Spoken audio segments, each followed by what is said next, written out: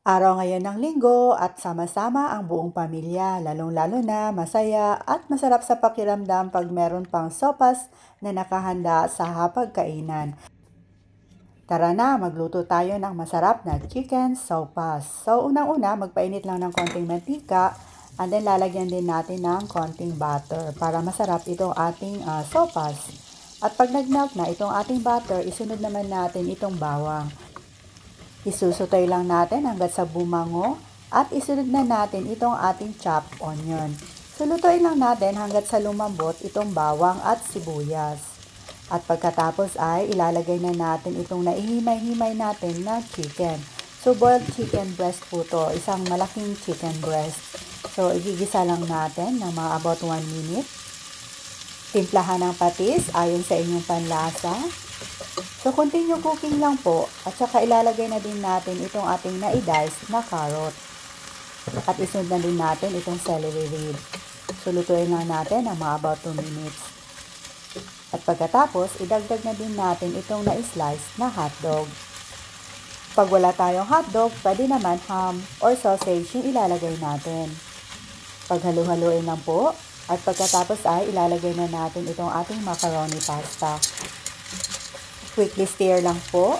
At pagkatapos ay ilalagay na natin itong ating chicken broth. About 3 cups po ito. Pag wala tayong chicken broth, pwede naman kayong gumamit ng tubig with Knorr chicken cube.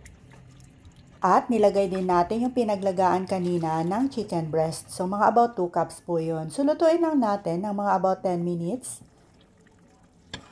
So, from time to time, i-check din natin baka natuyuan na or kulang sa tubig. So, continue cooking lang po hanggat sa lumambot po yung ating pasta. At eto na po, luto na po yung ating pasta. So, saka ilalagay na natin itong ating shredded cabbage. So, mga about 2 cups of shredded cabbage po yung nilagay natin.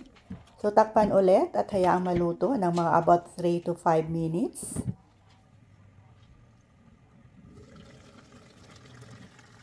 Mas masarap pag hindi po na-overcook itong ating cabbage. So, paghalo-haluin lang natin. Siguradong luto na po to, pati yung pasta.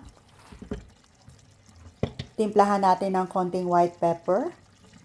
At saka asin, ayon sa inyong panlasa. Pwede din patis.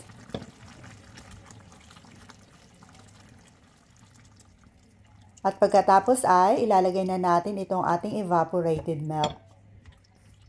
So, depende na po sa inyo kung gaano kadami yung ilalagay yung evaporated milk. Pwede ding ubusin ninyo yung isang buong lata. So, simmer lang natin ng mga about 1 minute. At pag okay na ay pwede na nating patayin ang apoy at ilipat dito sa ating serving bowl. So, garnish with fried garlic para mas masarap. So, optional lang po yan. Pwede din wala. And then, lalagyan din natin ng chopped spring onions. Meron tayong boiled egg dito. Lalagyan din natin. At eto na po yung ating napakasarap na creamy chicken sopas.